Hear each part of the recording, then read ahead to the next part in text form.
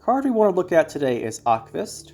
So, neutral unit, he's a dragon, 6 power, 10 provisions. Before we get too much into this, I want to point something out to you that might ruin this card's premium artwork for you, for potentially forever. When he breathes fire, look at his head. The artwork's actually missing the inside roof of the mouth and the back half of his head. So he just has a 2D front of his head, and there's nothing inside his mouth when he breathes fire. That's why it looks funny. And I don't know if any of you noticed that, but kind of a little bit annoying to me, but whatever. It's not a big deal. It's just kind of funny. Now, as far as the card itself, like I said, 10 provisions, 6 power. He does have the dragon tag, and he has order. Damage all enemy units by 1. So, I guess we'll talk about when Ocvist first came out. He was actually in a lot of decks. When he was released, he was a 5 power for 9 provisions. And at that point, he had the same ability, and he actually received a nerf a little bit after release to go from 5 power 9 provisions to 10 provisions. And once he went to 10 provisions, you saw him a lot less. But when he first came out in a little while, when the game was still newer, you would run Ocvist for 2 reasons. He'd either be a big value finisher in your deck, so near the end of the round, you'd play your Ocvist, usually your second to last card, you'd play him, and then on the last turn, you'd click his ability, and the opponent would take 1 damage on all their units, and it was a good amount of value. So he'd be a 5, you'd damage maybe 10 units or so, and he'd do about 15 value worth on average, and that was really good. The other reason you have Ocvist is potentially as an answer to a lot of Swarm-type decks. So if the opponent's playing Arrakis Swarm, this is back then when Arrakis Swarm was actually the most popular Swarm deck, and there was Blue Stripes Commandos as well. You'd play your Ocvist, and then you just use the order end of the round, and if they're playing a Swarm deck, you'd punish them and get maybe 20 or so, even more than 20 potentially value out of this card. So that's what used to happen with Ocvist. And then he went to 10 provisions. You still saw him sometimes, but as the cards in the game got power crept, as Devotion became a thing, you see Ocvist less and less. Till this point, I don't think I've seen Ocvist this year, I don't think. Now, what are the potential issues or uses for Ocvist? So what could he work with? The first thing we want to mention here is going to be the neutral card, our good old friend from the Thronebreaker playthrough, Ache. So, if you have a dragon in your hand, gain Zeal, or destroy an enemy with 9 or more power. This is a 2 provision discount on Geralt if you have the dragon in your hand. And that's actually pretty nice. So Ache's actually pretty decent if you have a good dragon in your hand. There's 2 provisions on this. It's quite nice to save those provisions for something else. Although, usually you have to use those provisions to add in the dragon to your deck in order to use the Ache's order. So, take that as you want.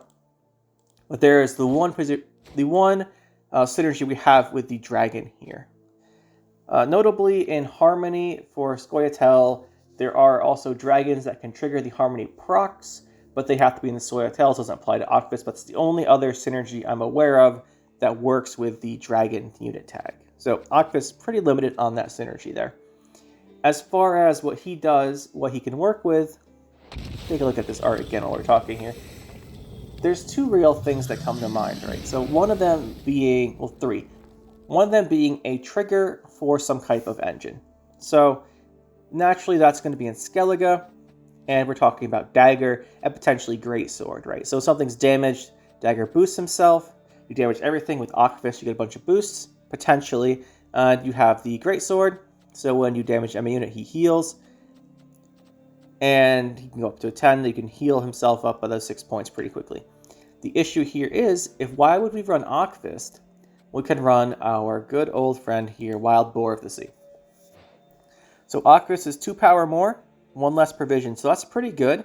But then we have the deploy. Deploy is such a big deal here, because you can use it as a finisher. And you damage all the enemy units by 1, and then you first you damage all the damage units by 1, and then you also damage all the enemies by 1.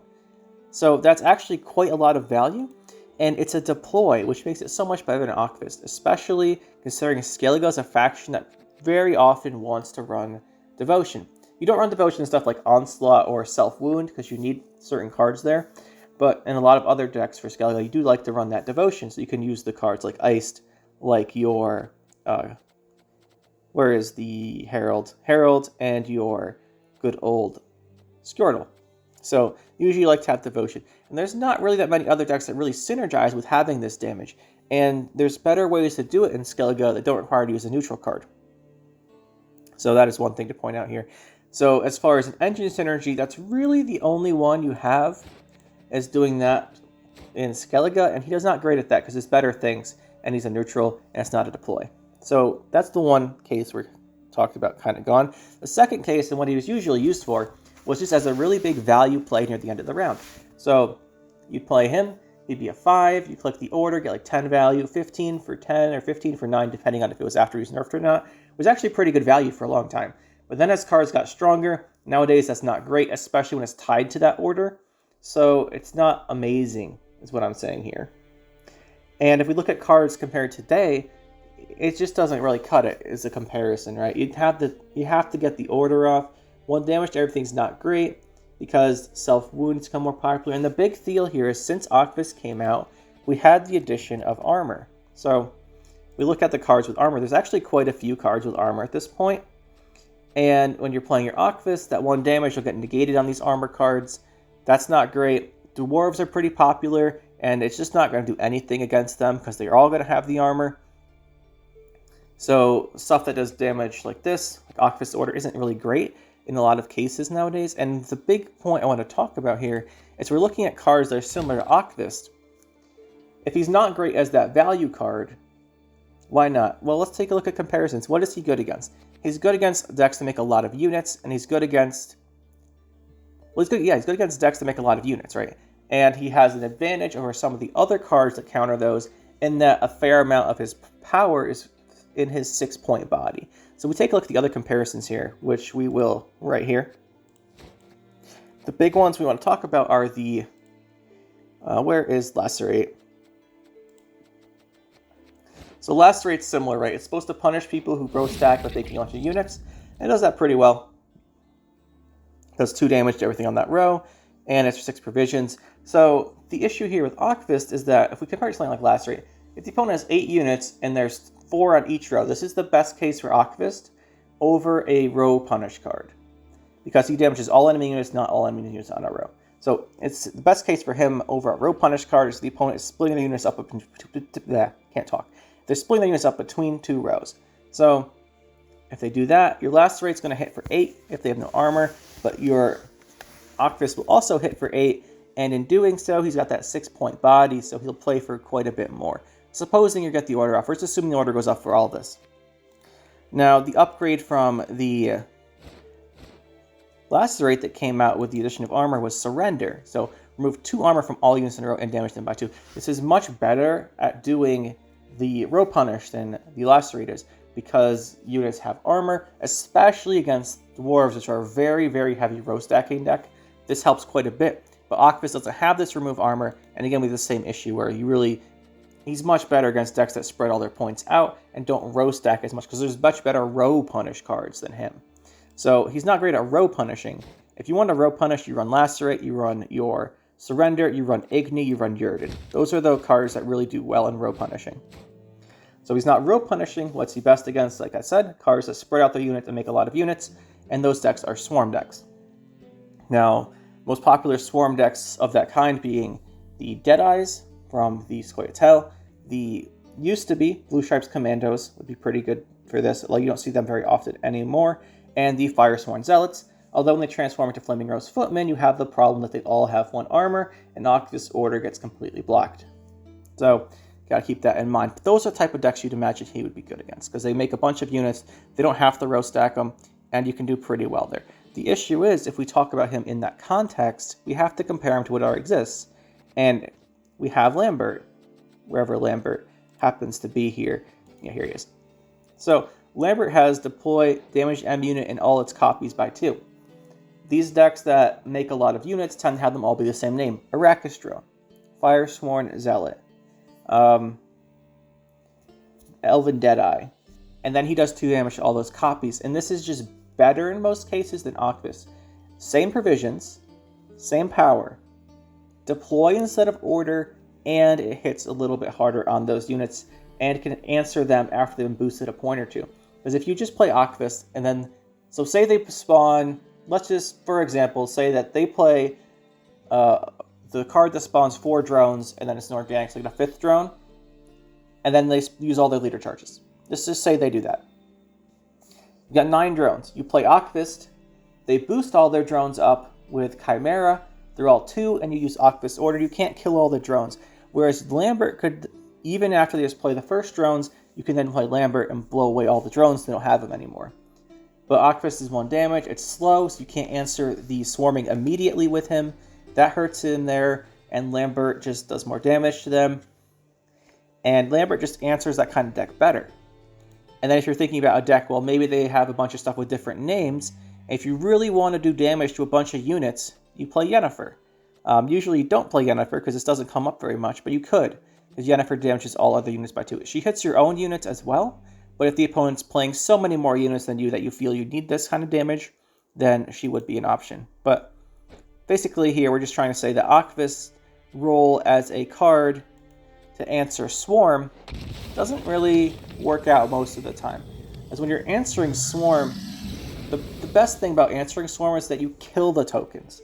Because if all the tokens are dead, they lose a lot of their value most of the time, because they can't buff them all at once, like Dice Array, like Sacred Flame, like the Bone Talisman, like Yennefer. If they're dead, they don't get that value, which Ocvist doesn't really kill them, so that's not great.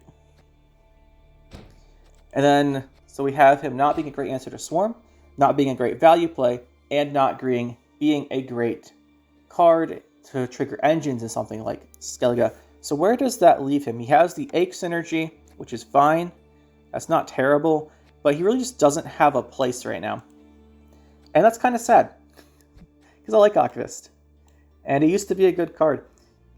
The 1 power buff to him wasn't really enough to do anything, and he has a couple of uses, but he doesn't do the uses as well as other cards, which is fine. He's a neutral card. They should be slightly worse at that, but I think there's room in the game for a card which has this impactful order do damage to everything, and I think it would be kind of cool if Ocvist did that. So what would we change then? There's a couple options here we want to talk about real quick.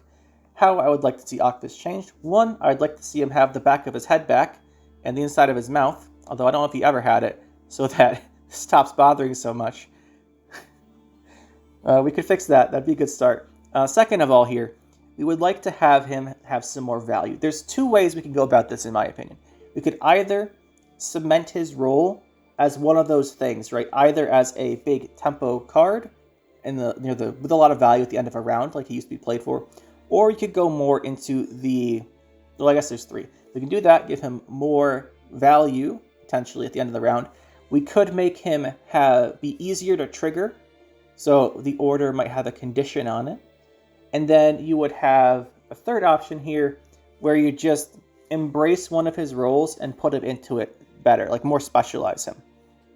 And how do we go about like all of these things? So I think I'll talk about the order first. Obviously, being the order is kind of a big deal here. It really slows him down. What I think might be pretty neat for Ocvist, if there is a condition on this, like order, maybe if you have, I don't know, this isn't the best example. It's not the best example with the Ocvist lore as far as I know, but just take as an example. Maybe order, if you control a knight, gain zeal. Then you'd have the zeal, maybe you have some knight synergized with Ache, because Ache's already a knight, Ache synergizes with him, and maybe you would do something like that. That might be interesting. Just give this a condition so it's more consistent. Maybe give you a reason to run Ike a bit more. Could do that. That is one idea there for more consistency. I like that one actually quite a bit. And then we have the other options here. You could make him either have more value near the end of the round. So how you do this, change the order, make it maybe remove 1 armor and damage all by 1. It gets kind of into the point of lacerate versus surrender. But there's not really anything else that does something like this where you damage all enemies by 1 other than the Wild Boar of the Sea. So that might be an interesting way to do it. I don't think that would make people play him because it's not that interesting of a change. It gives him a little bit more value. It doesn't really address his problem of not being as big a finisher as other cards and having that order set up, which is quite annoying. So I'm not sure that would make him much interesting. But you could do something like that, just to give him more value. Maybe I wouldn't say to buff him to like 8 or something ridiculous, because 6 seems to be the threshold they want all the cards with impactful orders to be at. And the option, I would say, if you want to make him more valuable consistently, is to give him a small deploy. Maybe not a big one, maybe like deploy, boost the unit by 2, or deal 2 damage to a unit, or something like that maybe. It's not that interesting of a change. I don't think that's the best way, but something to give him a little bit more value. And along that way, you could also reduce his provisions back to 9. He was originally 9 provisions. At 9 provisions, he fits in Siri Nova, he fits in Golden Necker. And the reason that's interesting is because those decks can lack big finishers. And Ocvist, as a potential finisher, to do a bunch of damage on that last turn and get some good value, that could be interesting. I'm not sure to see play, but you could combo it with Golden Necker, because Golden Necker actually gives you quite a bit of combo potential. You can run a Pitry's Filter, and then you could use that to give Zeal on Ocvist. If you're in Northern Realms, you could have a Vest or the Siege support it is. That was the order to give Zeal. You could do that. I should have mentioned this earlier, but it used to be that Inspired Zeal would be able to be used on non-Northern Realms units. So in this deck with the Ache and your Xanthus' Blaze as well in Ocvist, you could use your Inspired Zeal to give Ocvist the order, or give him the Zeal, and then he'd use his ability right away. I don't think we could ever give Inspired Zeal back the ability to give neutral card Zeal, but if something else did, then maybe you could see Ocvist using a similar role, where you'd be guaranteed that maybe you could use that Zeal. And how I think this would be done is maybe the addition of a card, basically, is what we're saying here. You could either have a bronze card or gold card, something that gains value. If we look at Ache, he already has synergies with cards in hand if they're a dragon. So potentially add another card like that, where if you have dragon in hand, do X. Ache destroys something, maybe you have a boost, so you have a card. We're just going to say it's a 4 provision bronze or something like this. Where you deploy, oh, I'm holding a dragon, boost self by 4, something like that. And then it has an order on it, give a dragon Zeal. Something like that might be interesting. I'm not sure how much the devs want to really make dragons a small package on their own. I think it would be cool personally, but I can understand if they don't want to. But that is an option to help address his consistency. So we talked about consistency, talked about maybe giving him more value. I don't think you could ever make this damage. Maybe you could, but I don't really think you can make this 2 damage on his order here. It's probably just too much, honestly. But maybe it isn't. You never know. That could be an option here. We're talking about giving him just more value. Maybe you removes the armor. Maybe he does 2 damage. Maybe you... I don't know. You could have him maybe do like 3 damage to a unit and 1 damage to everything else on its row. But that's getting to the third point I want to talk about, which is really specializing him into a specific role. So either make him a good value card. We talked about that with a little bit more points on him. Maybe you could, and then this is the last one, right? You just make him more valuable. So a very extreme example would be that everything damaged by 2. So you make him more valuable. Maybe people consider him then. Who knows? But I don't know. I think Ocvist, personally, I think the best option for Ocvist would be to add some kind of condition on his order to give him Zeal.